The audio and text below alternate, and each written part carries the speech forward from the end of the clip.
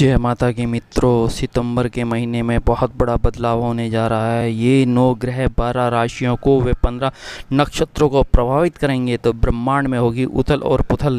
यह 9 ग्रहों का परिवर्तन कैसा रहेगा, यहाँ समझते हैं। अतः देखा जाए तो जब 3 ग्रहों का ही परिवर्तन हो जाता है, या 2 ग्रह मार्गी 3 ग्रह मार्गी या वक्री हो जाते हैं, तो कायनात में उथल और पुथल तो होती है। ब्रह्मांड में खगोलीय घटनाएं घटती हैं। देखा जाए तो ग्रहण के पश्चात कोविड-19 समस्या आना, अर्थ आना, क्विक आना, और देखा जाए तो हर प्रकार से झगड़े वाद विवाद होते हैं। तो यहाँ बुध का राशि परिवर्तन होने जा रहा है 2 सितंबर में।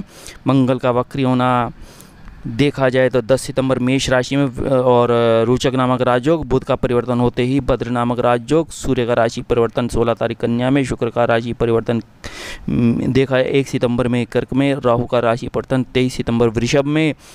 प्राशर हो रहा शास्त्र के अनुसार ये जो है उच्च के हो जाएंगे। केतु का राशि परिवर्तन 23 सितंबर वृश्चिक राशि में। उच्च के गुरु मार्गी होंगे धनु राशि में। हंस नामक राजयोग 13 सितंबर। शनि मार्गी मकर राशि में 29 सितंबर। देखा जाए तो शश नामक राजयोग। क्या ये 4 महापुरुष राजयोग, सूर्य बुध का बुध आदित्य योग क्या करेगा? भद्र नामक राजयोग, तो ये सोचने का बहुत बड़ा विषय है, क्योंकि भारत की व्यवस्था आर्थिक वैसी ही खराब हो चुकी है। जीडीपी दर माइनस तक पहुंच जाएगी। कोरोना के पीड़ित जो हैं व्यक्ति बढ़ते ही जा रहे हैं। लाखों की जनसंख्या पहुंच चुकी है। 50,000 तो मुंबई में अकेले में देखा जाए तो। ये बीमारी वायरस आना सन 2019 में यदि देखा जाए तो, जब गुरु और केतु का ये मिलन हुआ था, और उसके पश्चात 30 मार्च में ये बीमारी आई कोरोना वायरस सन 2020 में, जब गुरु और शनि की युति हुई। गुरु अतिचारी हुए।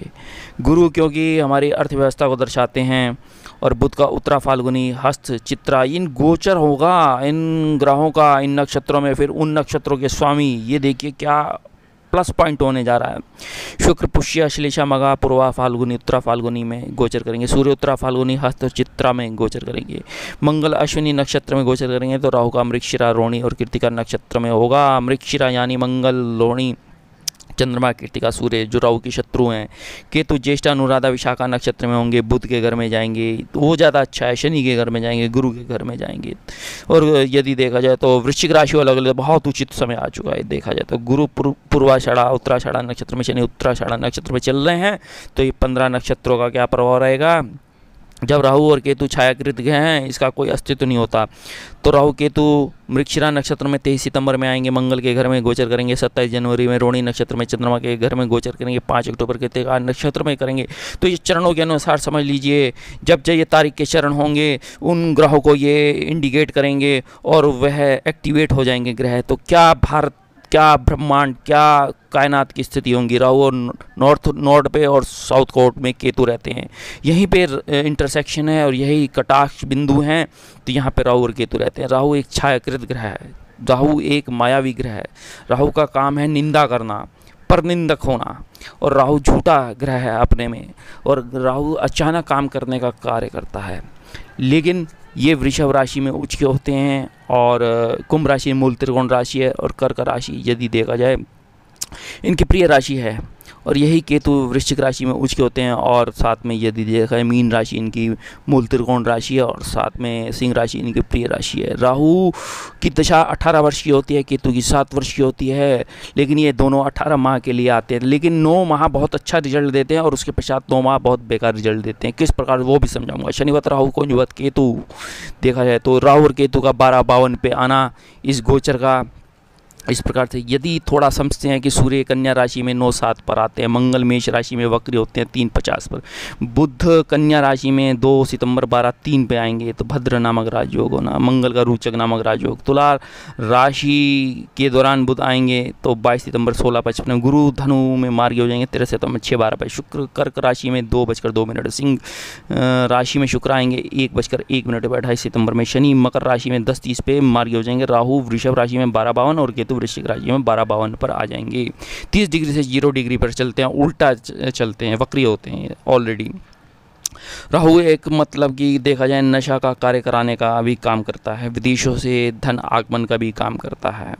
और यदि देखा जाए तो अनैतिक कार्य हैं दूसरों का धन हड़पना है, छीन लेना है, बदमाशी है, राहु का काम है, लॉटरी, ब्याज, शेयर आदि का काम करता है। तंत्र मंत्र में बहुत रुचि रहती है।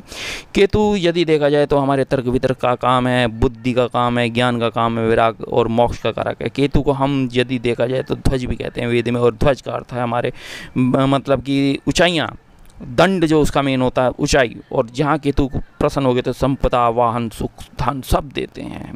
लेकिन राहु जिसके साथ बैठते हैं उसके प्रभाव को ले लेते हैं, लेकिन केतु जिसके साथ बैठते हैं उसकी कमी निकालते हैं। ये खासियत है। 5, 7, 9 इनकी दृष्टि होती हैं।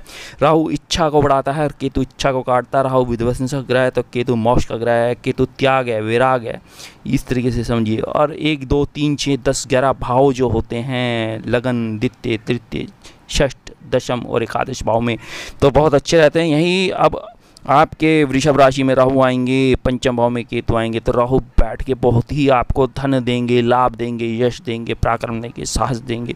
यही आपके बड़े भाइयों से, छोटे भाइयों से, मित्रों से बहुत लाभ होता दिख रहा है। यही आपके इंपोर्ट एक्सपोर्ट, इंटरनल देखा जाए यदि आपके कार्य हैं या इंटरनेट का काम है, संचार का काम है, ऑनलाइन बिजनेस है, शेयर बाजार है, लाभ होता हुआ पूर्ण रूप से दिखाई दे रहा है, निश्चित बिल्कुल। अब इस तरीके से कर्क राशि वालों पर क्या प्रभाव रहेगा, कर्क लगन वालों पे क्या प्रभाव रहेगा, तो ये हमें समझना है, क्योंकि कर्क राशि का बहुत ही बड़ा महत्व है। लेकिन हम थोड़ा समझते हैं ये हैं कि सूर्य यदि देखा जाए तो हमारा राजस्व है, पिता का कारक है, आत्मा का कारक है, धन का कारक है सूर्य। खास तौर से चंद्रमा मन का कारक है, क्योंकि चंद्रमा भी तो 2.5 दिन रहेगा। अगर ये ग्रहों का गोचर चल रहा है तो चंद्रमा भी तो प्रत्येक 2.5 दिन, मतलब 1 माह में कितनी बार चेंज होंगे, इस तरीके देखें आप। तो यही शुक्र जो है हमारे म्यूज़िक का है, संगीत का है, फैशन का है, ग्लैमर का है, और स्त्री का कारक माना गया है शुक्र को। यदि देखा जाए तो ग्लैमर का कारक माना, चकाचौंध उसका काम है। और यदि देखा जाए तो वैभव है, संपन्नता है, सौंदर्य है। अब गुरु हमारा अध्यात्म है, पाठ है, पूजा है, संतान है, विवाह है, धन है, आर्थिक स्थिति है, अर्थव्यवस्था है। गुरु यदि देखा जाए तो तीर्थ है, मोक्ष है। गुरु पे कितनी डिपार्टमेंट हैं। अब यही मंगल जो है साहस है, पराक्रम है, ग्रहों में सेनापति है, सूर्य राजा है। यदि देखा जाए तो अब बुध जो है वाणी है, तो हमारी सोचने की शक्ति है, स्मरण शक्ति जिसे हम बोलते हैं, हमारे बोलने की कला है। और यही बुध जो है यदि धन है, यही व्यापार है, यही बुद्धि है, यही ज्ञान है। देखा जाए तो बृहस्पति और बुध का एक ही रोल है देखा जाए तो। अब हमारे यहाँ देखा जाए तो शनि महाराज कर्म है, न्याय है, धर्म है, इसका मेन, लेकिन सुस्त ग्रह है अपने में प्लैनेट ये, लेकिन ऊंचा पद देता है। अब कर्क लगन वालों में तो शश नामक राजयोग बनने जा रहा है। शनि होंगे, सब क्षेत्रीय होंगे तो ऊंचा पद मिलेगा, मान मिलेगा, सम्मान मिलेगा, यश मिलेगा, कीर्ति मिलेगी, गुप्त धन मिलेगा, रिसर्च में जाएंगे, बहुभाषी सीखेंगे, कमी नहीं होगी आपकी किसी प्रकार की यदि देखा जाए। अब यही कर्क लगन वालों के लिए मंगल बड़ा मजबूत होता है, क्योंकि दशम भाव और केंद्र और त्रिकोण का स्वामी बनता है। तो मंगल अपनी मेष राशि में वक्री होकर बैठेंगे तो यहाँ देखिए आपको ऊंचा पद मिलेगा, मान मिलेगा, सम्मान मिलेगा, यश मिलेगा, कीर्ति मिलेगी। यदि आपने गवर्नमेंट जॉब की तैयारी में लगे बड़े थे और आपको लाभ होता दिख रहा है, निश्चित है, बिल्कुल गारंटी है। यहाँ देखिए आप मंगल यदि देखा जाए तो राजस्व विभाग से आपको पद दिलाएगा। IAS, PCS, PCSJ, electrical, electronics के व्यापार हैं आपके, होटल्स के व्यापार हैं, राइज करते हुए दिख रहे हैं। चाहे कोविड-19 की समस्या आ गई, हमारे भारत की स्थिति कमज़ोर हो गई, अर्थव्यवस्था कमज़ोर होगी, मजदूर वर्ग जो है सड़कों पर आ चुका है, क्योंकि शनि की वजह से है। वो शनि लेबर का कारक है। यही शनि सूर्य मंगल ये गुरु के साथ ये युति रही तो रही। अब जब गुरु नीच के हुए, अतिचारी हुए, हमारे विद्यालय, हमारे कॉलेज, हमारे मतलब धर्म के मंदिर सारे बंद हो गए देखा जाए तो, और कोर्ट कचहरी सब बंद हो गए। हालात ऐसे हो चुके, क्योंकि ये इंडिकेट कर रहा है। यही राहु जब मिथुन राशि में था तो देखिए कितने व्यापार में उन्नति कराई, व्यापार में वृद्धि हुई, क्योंकि राहु एक वात है और बुध बिजनेस है। वाणी आपकी बहुत मजबूत करी। बुध और राहु की युति तो वैसी मजबूत है देखा जाए। उसके घर में चले गए, अपने ही घर में चले गए देखा जाए तो। टेलीकम्युनिकेशन के काम, शेयर्स के काम। अब यहाँ जैसे ही 9 माह के दौरान देखा जाए तो 18 माह में सकारात्मक और 9 महीने में नकारात्मक रिजल्ट, ये 9 महीने में। तो यहाँ जो है हमारी अर्थव्यवस्था ख़त्म कर दी राहु ने, और ये हमारे ट्रांसपोर्ट के, एयरलाइंस के, टेलीकम्युनिकेशन के, ये सारी स्थितियाँ कमज़ोर हो गई।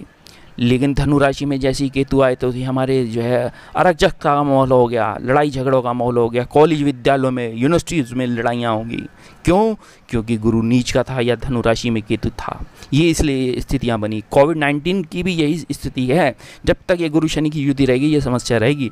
लेकिन फिर भी अब कायनात में यदि 9 ग्रहों का गुरुत्वाकर्षण जब पृथ्वी पर आएगा, जब इनके परिवर्तन होंगे, जब ये वक्री होंगे, मार्गी होंगे, तो खुद देखिए भूकंप आना। उत्तराखंड क्षेत्र है, हिमाचल है, ये सारा जम्मू है, क्या वहाँ भूकंप नहीं आएंगे? क्या चक्रवात नहीं आएंगे साउथ में?